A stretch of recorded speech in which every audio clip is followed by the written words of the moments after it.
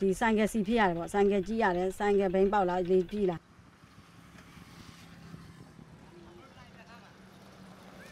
စီဖြစ်ပြီးရတယ်တပြန်နဲ့ကြွားတွေသွားတယ်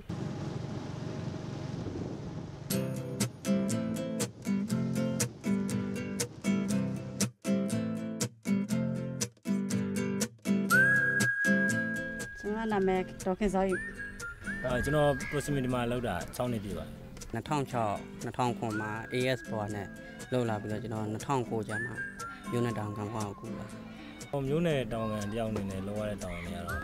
daily လောက်ရတာရှိတယ်လေပြီးတော့ဒီ weekly plan တွေလည်းရှိတယ်ဒီ monthly plan တွေလည်းတင်ပေးထားတယ်လေရွာတွေကိုလိုက်ပြီးတော့အကုန်လုံးလိုက်ပြီးတရုပ်ပြရတယ်ဖြန့်ဖြူးပြီးတာအကုန်လုံးလောက်ရတယ်ကိုသွားမယ်ကြွရအောင်စထွက်မယ်ဆိုလို့ချင်းညာဦးပိုင်းကလေးကနည်းနည်းစီစစ်ထားတာပေါ့ဒီအခုတွေ့တွေပါဆင်မယ်ရက်ဆိုရင်ကျွန်တော်အခုမနေ့တည်းကပစ္စည်းထည့်ထားညတယ်ထည့်ထားပြီးတော့မနေ့ကျရင်ဆိုင်ကယ်တစ်ဒီးနဲ့2ယောက်သွားပြီးသွားလို့ရှိရင်ဒီနေ့ကျရင်ရောက်တာနဲ့ပြန်တယ်ဒီနေ့ dress နဲ့လှုပ်ဆက်ရှိရလောက်တယ်ပိုက်လေးဆင်းတယ်အဲ့လိုမျိုးလောက်တယ်ကြေးရွာတရွာကို loan product ပေးတော့မယ်ဆိုရင်ပထမဆုံးအနေနဲ့ကကြတော့ကြေးရွာမှာရှိတဲ့ user agent အနေနဲ့ဆက်သွယ်တယ်ဒီတောင်သူတွေစုပြီးတော့ဒီ loan ပေးရတဲ့ရည်ရွယ်ချက်တွေကိုပြောတယ်နောက်ပြန်ကောက်ဖို့အတွက်ဒါရေးကြီးတဲ့အချက်တွေကိုပြောတယ်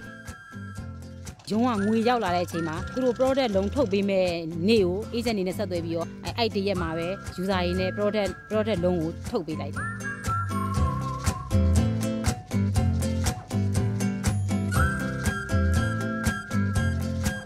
ပစ္စည်းကိုပဲရောင်းလိုက်တာမဟုတ်ပြီးတော့နောက်ကနေဤပညာပါတွဲပြီးတော့ကျွန်တော်တို့ကဖြန့်ပေးလိုက်တာအသွားရင်းနဲ့ကြားပြတ်ပေါ့ user တွေမှာ site ပြိုးနဲ့ပတ်သက်လို့အခက်အခဲရှိလို့ရှိရင်ကိုယ်နဲ့ဒီလိုက်ပြီးတော့ဆောင်ရွက်ပေးတာလေးအားနေရှိတယ်အဓိကကျွန်တော်ဒီဝါသနာနဲ့ကြိုက်တာပါအဲ့ဒါတွေဝါသနာပါတောင်သူတွေပြောရတာပညာပေးနေတာပါဒီတောင်သူတွေကိုထိထိရောက်အကျိုးပြုနိုင်တယ်ကူညီပေးနိုင်တယ်လို့လည်းခံယူထားတယ် proximity မှာလောက်ရတာပြောရတဲ့အချက်ကတော့ကျေးလက်ဒေသရဲ့လူတွေရဲ့ဘဝမြင့်တင်ပေးနိုင်လို့